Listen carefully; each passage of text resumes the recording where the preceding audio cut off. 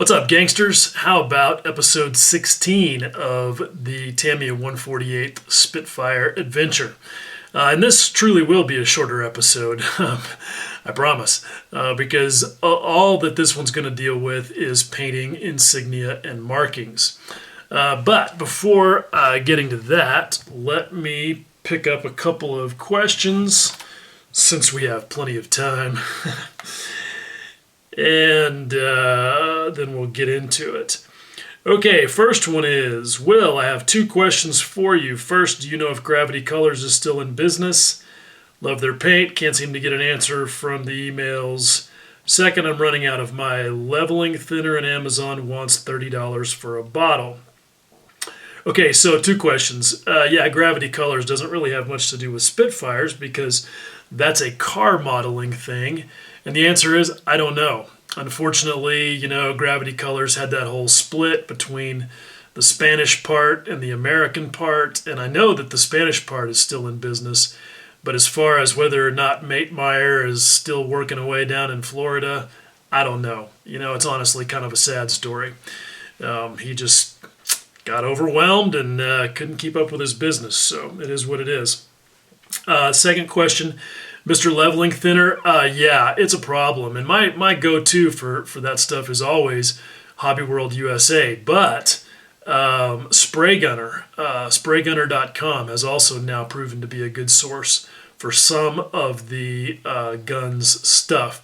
It's a real problem, and a big part of it, honestly, and I don't mind talking out of school here, because I do have some behind-the-scenes information sources, is that the importer for all of the guns stuff is an outfit called Bluefin. And I guess that they're a little bit more oriented towards the toy side of things, the Bandai stuff. They're kind of in a partnership with Bandai. That's all pretty complicated, but the bottom line is they don't seem to understand that there is a significant demand for all of the Mr. Hobby products. And so they're hard to get. I mean, they could be selling a shit ton of stuff in the United States, but they have these weird policies about minimum ordering quantities, and it's a problem for retailers because they're losing sales on stuff like this. So anyway, that's that. One more question. Okay. As always, great tutorial. Thank you. I appreciate the kind words. Can you confirm that you used MRP for all the camo? Yes, absolutely. This whole thing, with the exception of the primer, is MRP. Let's see. I stripped and ended up using Mr. Color H72. That's a lacquer, but I'm not sure exactly what H72 looks like. I'm about to embark on another spit and was thinking of trying Mission Models paint. However, I would prefer MRP. I know there's a lot of debate as to the right or, quote, correct shade, but I remember thinking it just didn't look right. Okay, so there's kind of several questions there. Let me just address the Mission Models paint thing. As far as what I call normal acrylics go, and when I say normal acrylics, I mean like, the Vallejos, the MIGs, the Ammos, the kind of vinyl latex acrylics, depends, I mean, they get called all sorts of things, but the bottom line is that they're basically water-based emulsion acrylics.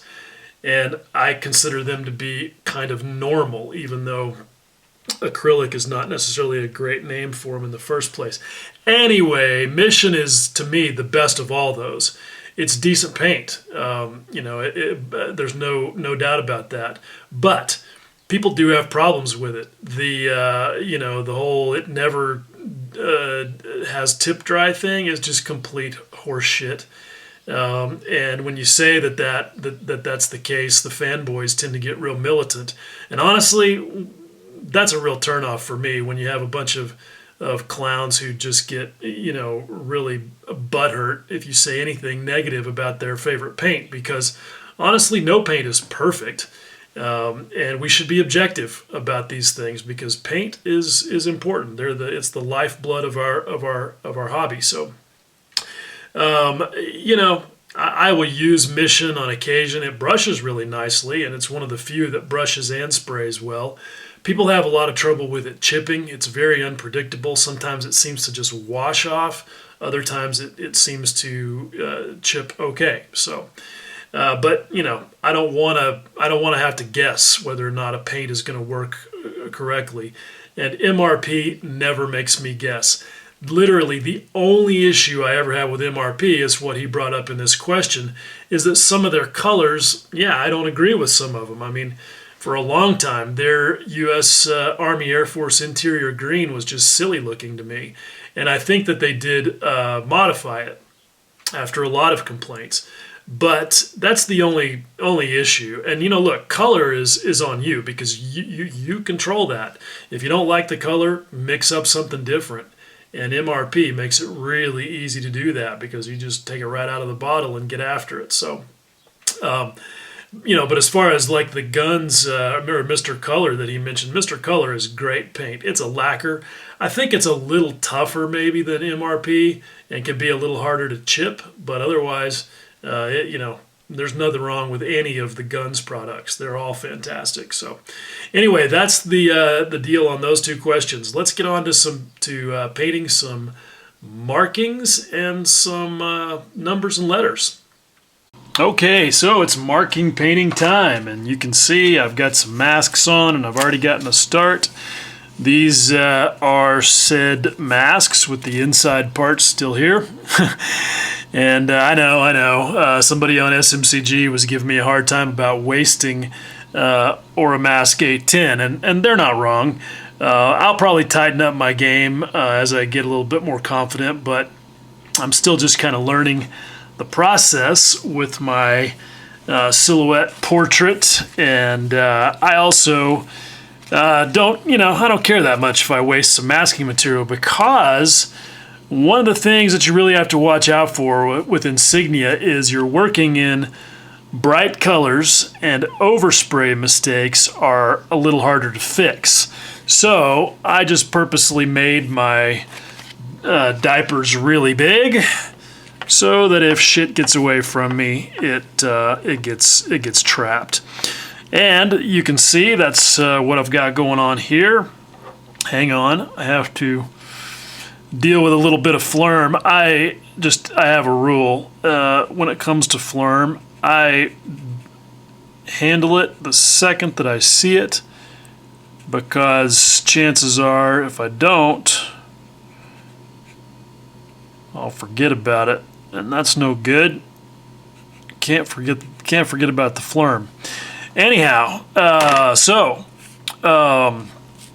I've got these masks on here, and what I have done is I like to put down a white base coat for a couple of reasons. One, there is some evidence that that's how it was done.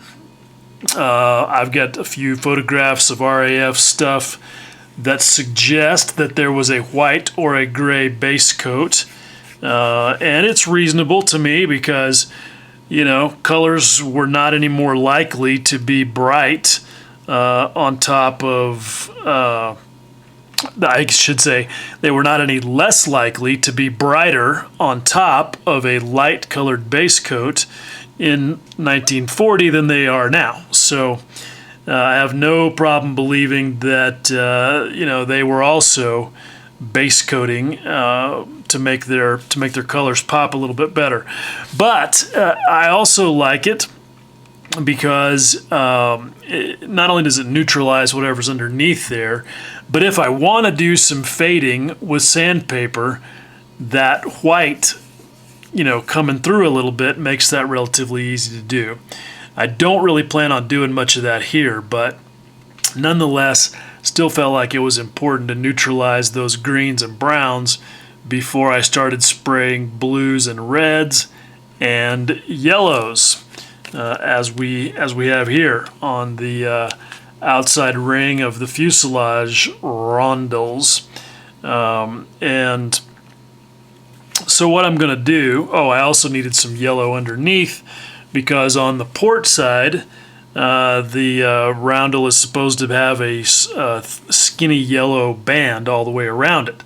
So I've got that laid down, and what I will do next is apply the masks to cover those sections, and then I will probably spray a little more white over that to neutralize that back again, or at least make it a little bit easier, because especially with these lacquers, they're translucent enough that if I go shooting some blue right on top of that, it's going to have a greenish cast to it, and that's not a good thing. So I'm going to want to knock that down as much as possible before I move on. So I'm going to do that, and we'll come back to it. Before I start spraying the blue, like I said, I need to knock down some of that yellow, but obviously I want to mask off the yellow first. So I've gone and added that outside ring of the mask there, and I just pulled it off the sheet and stuck it on there, and that's not too bad for that. But doing that over here on the port wing, where I've got this skinny yellow circle, not going to be quite so easy. So how to deal with that?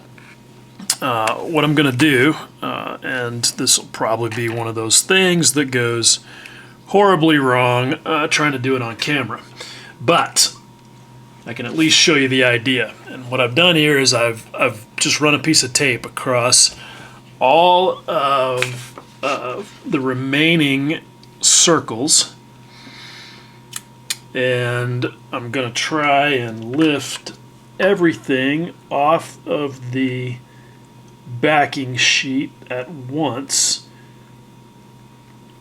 with my little piece of transfer tape, and I was successful doing that. So there's the entire thing, and now I'm going to do what I did before with the other masks and get that stuck in place. And it's always a little bit challenging because you got these protrusions and things, and it's going to end up, you know, maybe being a little less than perfect. But the thing to remember is that the people painting these things in real life had basically all the same challenges. I'm not advocating being sloppy, for sure, you know, especially with markings, but if you have a little bit of an imperfection, you know, maybe it's not worth getting completely wigged out about, because chances are that the same issue would have shown up on the real thing, and you've actually, if it's not just horrible, have added to the overall level of authenticity. All right, so I've basically got that in place, and what I'm going to do now is pull off this piece of tape. Oops. But not lift the masks themselves if I can help it. Nope. That middle one got moved around a little bit, but it's not too big of a deal. Okay, so you can see I got that mostly stuck in place. And what I'm going to do is just remove this one, because that is the one, obviously, that I need to spray under.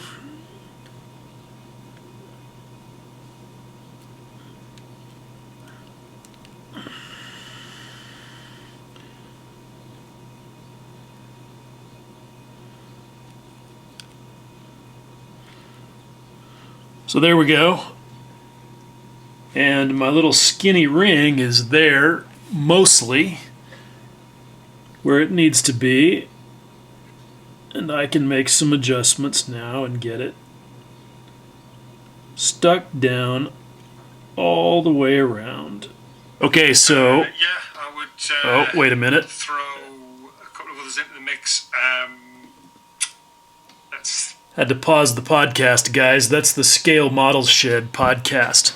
Those guys do a nice job of making something that's normally pretty visual into just a nice conversation. They're an engaging bunch of lads. They're nice to listen to when you're doing this sort of work.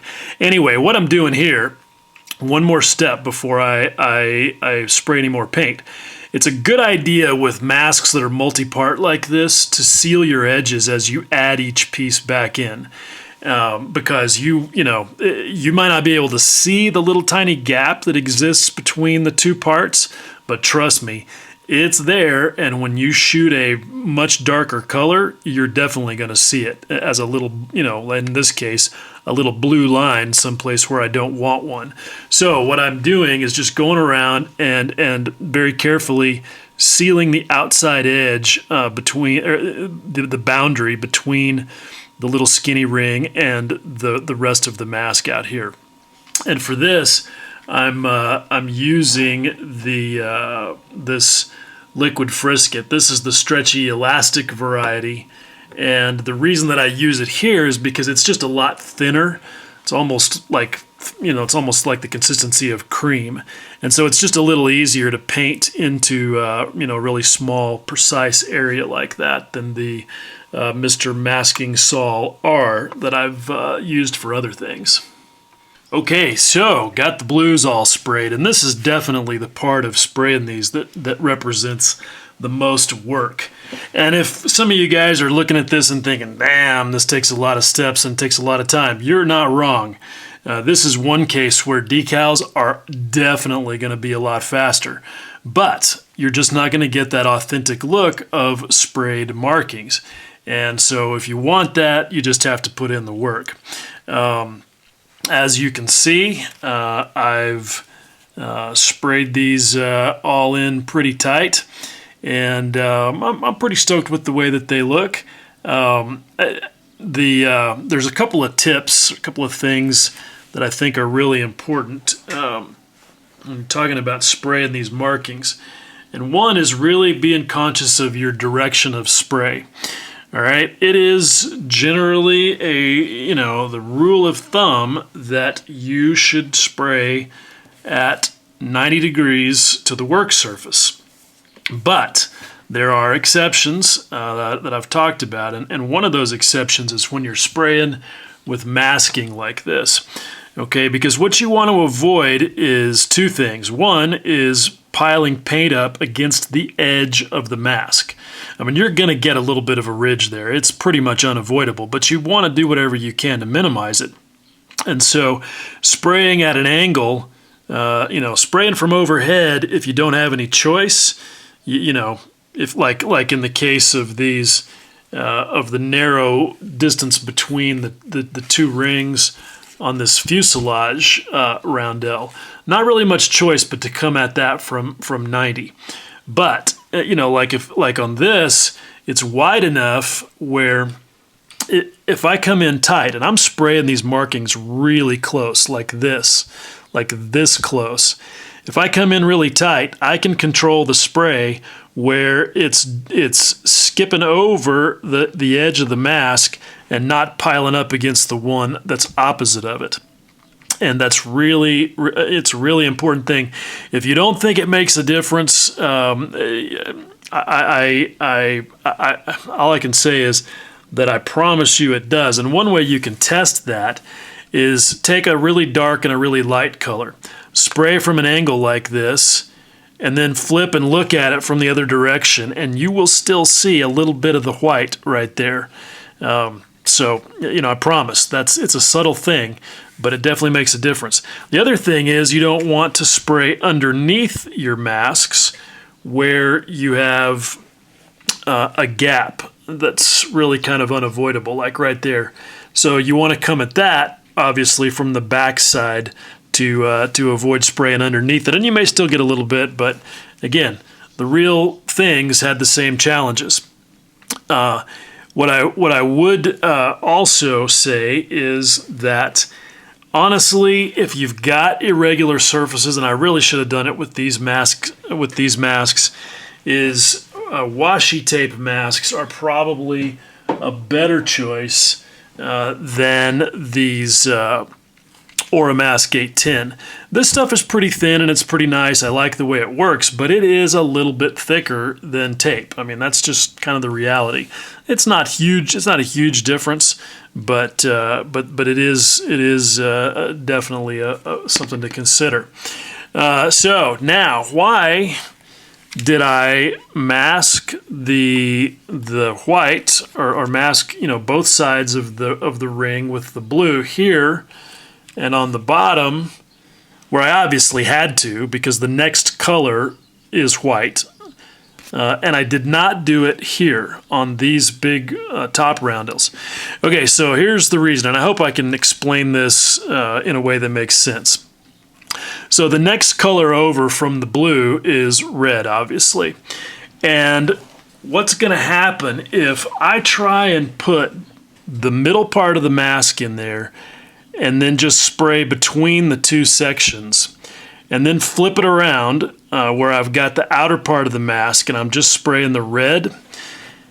Trust me when I say this, because I've learned this the hard way. You will not get the masks back down there exactly the way that they were, and you'll get a really, really thin white sliver that appears maybe on just one side of the roundel. And it's not a problem if you don't spray a white base coat like I do, but trust me on this. I do this with an Optivisor. I have eagle eyes, and I have still run into this issue where I thought everything was good, and then I took up all the masks, and I had just the barest little white hairline in there. And when you photograph up close, it's going to show. I mean, it's just, that's just a hard fact. So what I did here is I put the whole thing down and sprayed just a little bit around the center mask to give me an outline to work with, kind of like I did on the camo.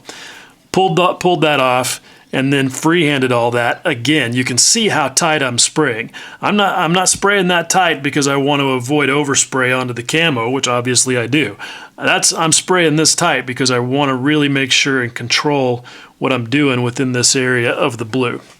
So, okay, let me talk about colors for a second, because if you look at what I've done, and then you look at the tamiya colors, well, obviously on the print sheet they're a little bit different. They're lighter and brighter, and then you look at the decal sheet and they're way darker. So you've got all three things going on here. So what's correct? Well, the truth is, I don't know. And neither do you, and neither does anybody else, no matter how precious they get about RAF colors. Because the fact is that and I've read the orders, I know what was specified, but the fact is that they just were not that standardized, not as much as the U.S. colors were. Because just manufacturing variability and availability of paints. Germans had the same issue. So what, again, I recommend doing is the same as I did on the camo colors. Get in the right neighborhood, and any one of these three colors are. This one over here on the tamiya sheet might be a little bit light and bright, but get in the right neighborhood. And if you need to, take the decal sheet to the paint booth with you. And start with what you feel like is as close as you can get, and then tune it to where it looks to where it looks pleasing to you. Because again, you're not going to be wrong. Mine's a little bit in between here, and I'm pretty happy with that. And you can, it'll stand up to photographic scrutiny as long as, like I said, you're in the neighborhood. And you just have to accept that the colors were just not that precise. Like somebody got on me yesterday because I posted pictures of the belly here, and they were like, "Why did you paint the bottom with interior green?" I was like, "Well, that's I could kind of see why you might say that, because this does look a bit like interior green, although it is actually quite a bit lighter than RAF interior gray green." And really, this is a color that was called eau de Nil. And I don't know exactly how that translates. That's just what's in the spec. And it is one of three colors that were used on these aircraft prior to the beginning of 1941. There was sky blue, which is a light blue. There was this kind of eau de Nil, which is this sort of green, light green, gray. And then there was Sky Type S, which was a more of a gray green, sort of like those letters there, because it was also specified for markings and propeller spinners. But the reality is that that it was haphazard because of the availability of Sky Type S, and because they were just busy, like fighting a war and shit. And just so you know, Type S means that it was a smooth paint as opposed to just a flat paint, so it even had a little bit of sheen to it. Going back to colors, if you're looking for MRP colors to do these markings, MRP makes a marking blue, World War II RAF, and a marking red, and I don't like them. I don't know what the deal is, but when you look at this, that's a very kind of cornflower blue. It's very light. It's very blue. It's just, I don't know. I mean, when I look at it, I don't see it being in the same neighborhood like I was talking about. The red is not quite as bad. It's kind of rusty, but it's, again, it's a lot brighter. It's a great rust color. It's a great medium rust tone or light rust tone, but I just don't like it for these markings. So what I end up doing on these is I ended up like mixing half and half Oxford blue and insignia blue. And honestly, this insignia blue probably would have been fine by itself. This is really an American color, as you can see. But anyway, point being is, again, get in the neighborhood and then tune it to look good to your eye, and just go with it. Okay, masks are off and all of the insignia are sprayed, and I just took them off. So let's inspect this together and make a punch list. Let's see where all my flaws are. See what's up. Might as well start here on top. Those are the easy ones.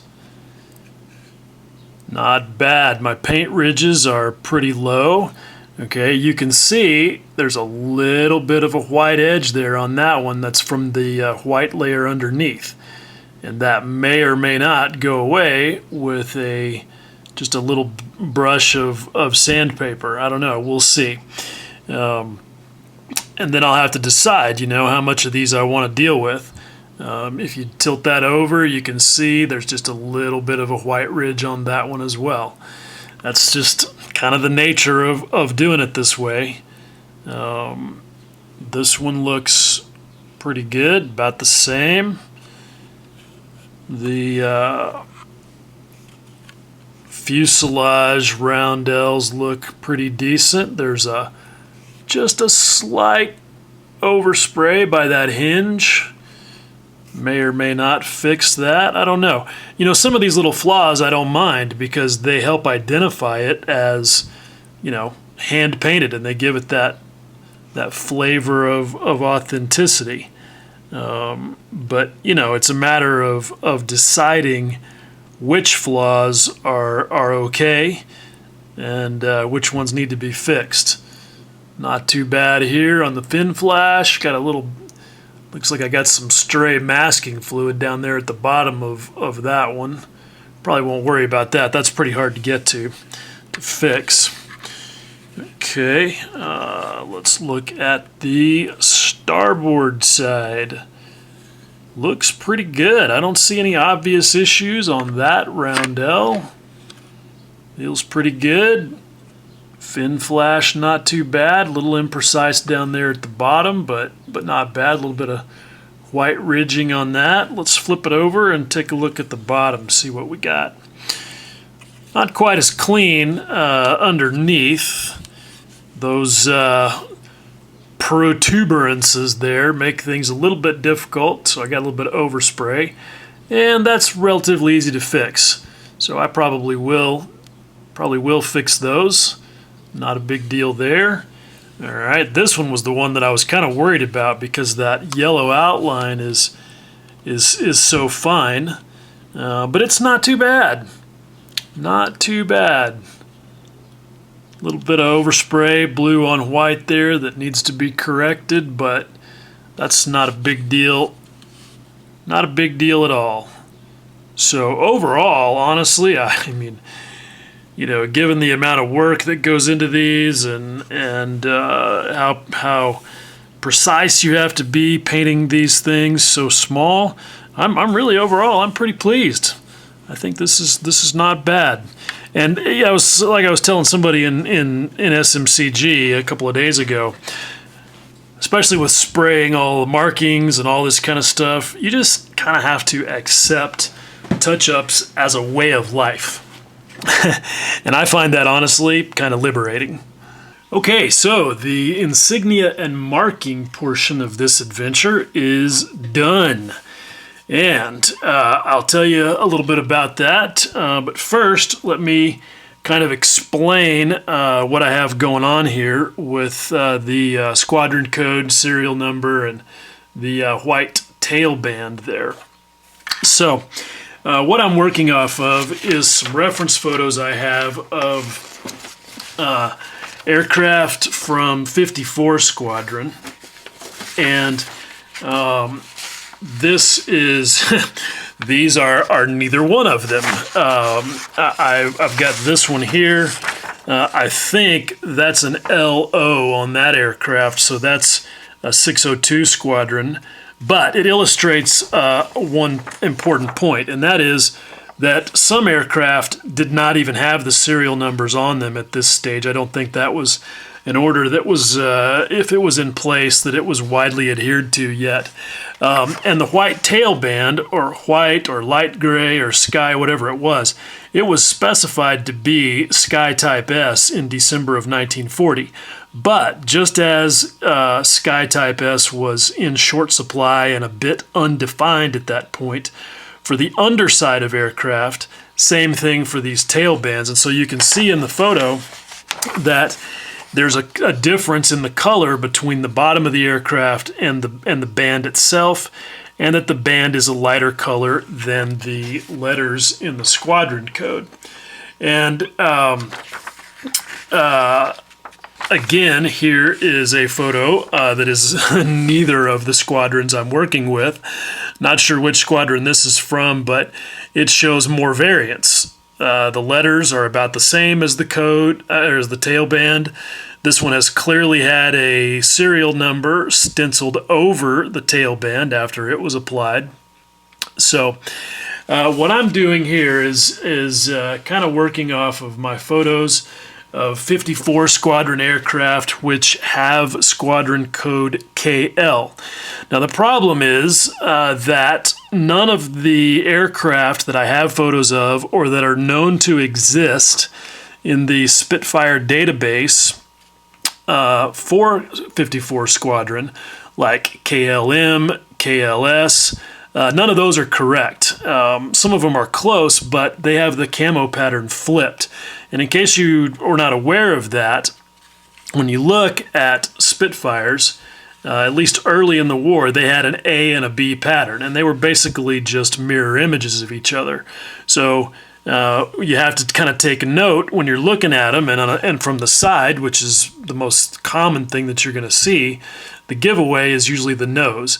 If this pattern is on the other side, you know, obviously you've got the opposite pattern. So anyway, none of the existing ones were going to be right for what I'm doing here, and so I decided to do a probably was aircraft. Now that's not the same as a what if. What if is, you know, completely fictional, new idea, something that didn't exist before. Probably was, at least by my definition, is, or could have been, is that it represents legitimate Squadron in you know, correct period colors and configuration, because I feel pretty sure that KLF was probably an actual aircraft, because they did tend to go in alphabetical order. KLA, KLB, KLC, etc. So I feel like that's legit, and this is the kind of the size that 54 Squadron codes were painted on. So that's legit, and the difference in tonality between the letters and the stripe and all that. But what is total fiction is my Squadron code, and a super sharp-eyed Spitfire sleuth will know that that's the case, because the N series of serial numbers did not go up to 3700. I chose 3700 series because if you've watched any of my stuff, you will also know that the number 19 is kind of my thing, and yes, I'm pretty sure 3, 7, and 2 and 7 adds up to 19. I keep checking it because I'm paranoid that I did the math wrong. So anyway, I think I got it right. And so that's the story with all that. So I think I'm pretty well done with everything as far as basic paint goes. I'm stoked about that. I'm ready to move on. I've done 1,000 touch-ups. And speaking of that, a little trick that I wanted to share, because I came in here and looked at this morning and found, to my horror, that when I was doing a little bit of a touch-up on this fin flash, because I think I showed earlier that it had a little bit of a white ridge on the forward edge. When I was fixing that last night, I apparently got some of that red paint all over my thumb, and I had a giant red thumbprint all over this roundel. So how did I fix it without repainting it? So something that I kind of discovered by accident a while back is that, in general, mineral spirits are not going to disturb a lacquer. But if the coating is thin enough and you scrub hard enough, it will remove it.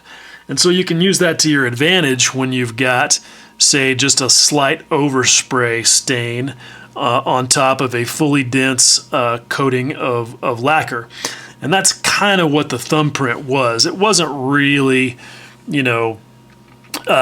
normally applied wet paint. It was just kind of a dry, sticky thumbprint, and some mineral spirits washed it off pretty effectively. But you do have to be careful. You need to have a minimum amount on your Q-tip, because you are going to remove some of the actual color. You can see there some of the blue came off, a little bit of the red, and if you scrub too hard and you let the mineral spirits stay there too long or get too wet, you can scrub all the way through the paint. Not a disaster, but it's just better to not to have to fix it. But it works really good when you've got those small kind of errors. Now, the kinds of errors that it will not fix, unfortunately, you can see how crookedly I sprayed that serial number on there. Yeah, that's not good, and I'm really unhappy about it, but I'm also not going to fix it because I'm tempted to try scrubbing the numbers off of there with mineral spirits. I could sand them off. I mean, really, repainting that is not hard to do. I could wash that off and repaint it, no problem. But the problem is, and this is kind of a problem with the way that I work, and it's why I keep my my color mixes for as long as possible. Like, I was fortunate that I still had this red in here last night, because I tend to mix my colors on the fly, and I'm not always real precise in measuring, 3 drops of red, 2 drops of yellow. I eyeball it. So if I have to redo the mix later, it can be a bit of a problem, and I do okay with it. Like, I had a flaw right here around the F that I thought was going to get covered up. When I painted the codes, it didn't. It just looked like a big scratch, and I had to fix it. So I used the negative mask from the masking sheets, which I'll show you here in a second, covered the F, put a little Mr. Masking Saul Neo on the green, and whipped up a bit of my dark earth mix, which I've done enough at this point to kind of know what the mix is. I knew it was about 50-50. And I was able to correct that flaw pretty nicely, actually. I'm pretty stoked. You'd never know it was there. Anyway, I have no idea exactly how I got to this color of light gray or whatever it is. And if I obviously sand through it and have to respray it, then I have to get it correct. And if I don't get it correct, well, that's then going to maybe carry over to the opposite side where things are a little bit more complicated, and color matches with really light colors are harder than they are with darker colors. So yeah, I'm just not going to do it. I'm not going to worry about it. I'm just going to keep telling myself that sometimes, you know, other guys 75 years ago were also sloppy and painted things crookedly as well. I also realized yesterday that I had forgotten to chip the leading edges of the wings, so I pounded on those a bit.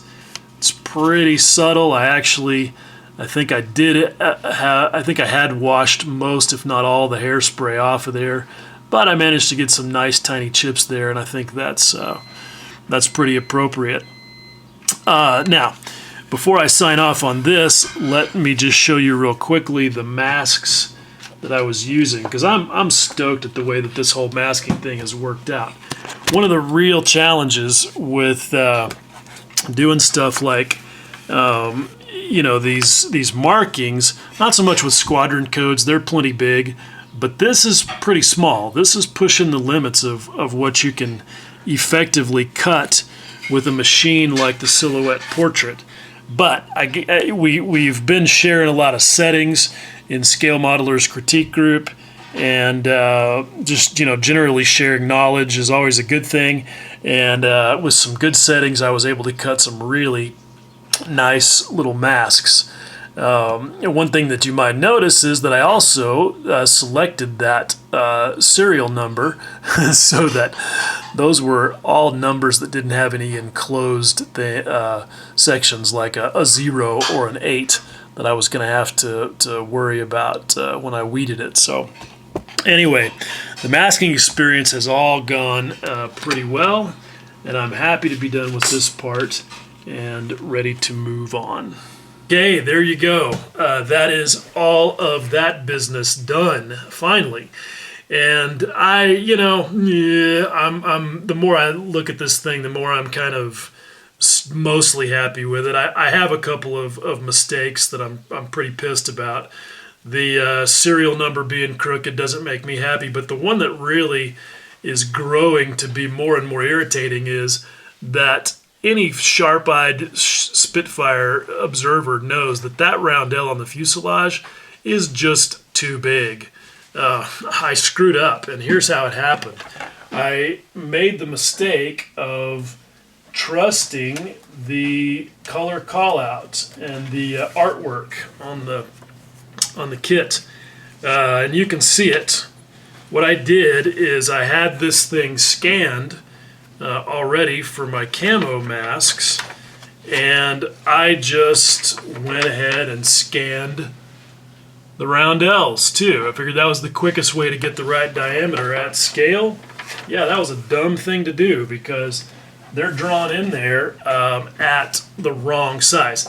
Yeah, there definitely was some variability with these things, and you can kind of write it off to that, but that sort of thing probably would have been a bit more standardized. And if I had just taken the time to look at the decals, actually, decals are pretty big too. So, maybe not. Maybe they're just wrong with this kit. My reference photos definitely show them being significantly smaller. So I don't know. It's just one of those things. It's not really a bad mistake, and not a lot of people are going to even notice it. But I kind of just feel dumb for, not slowing down a little bit and, and doing a better job of it. So anyway, but it's what it is. I'm overall pretty stoked with the way this thing looks, and I'm ready to get on to doing some washes, and that'll be next. So, if you guys are still hanging in there and watching, this thing has turned into a bunch more episodes than I ever expected it to. But, as always, I appreciate you guys tuning in. Much love.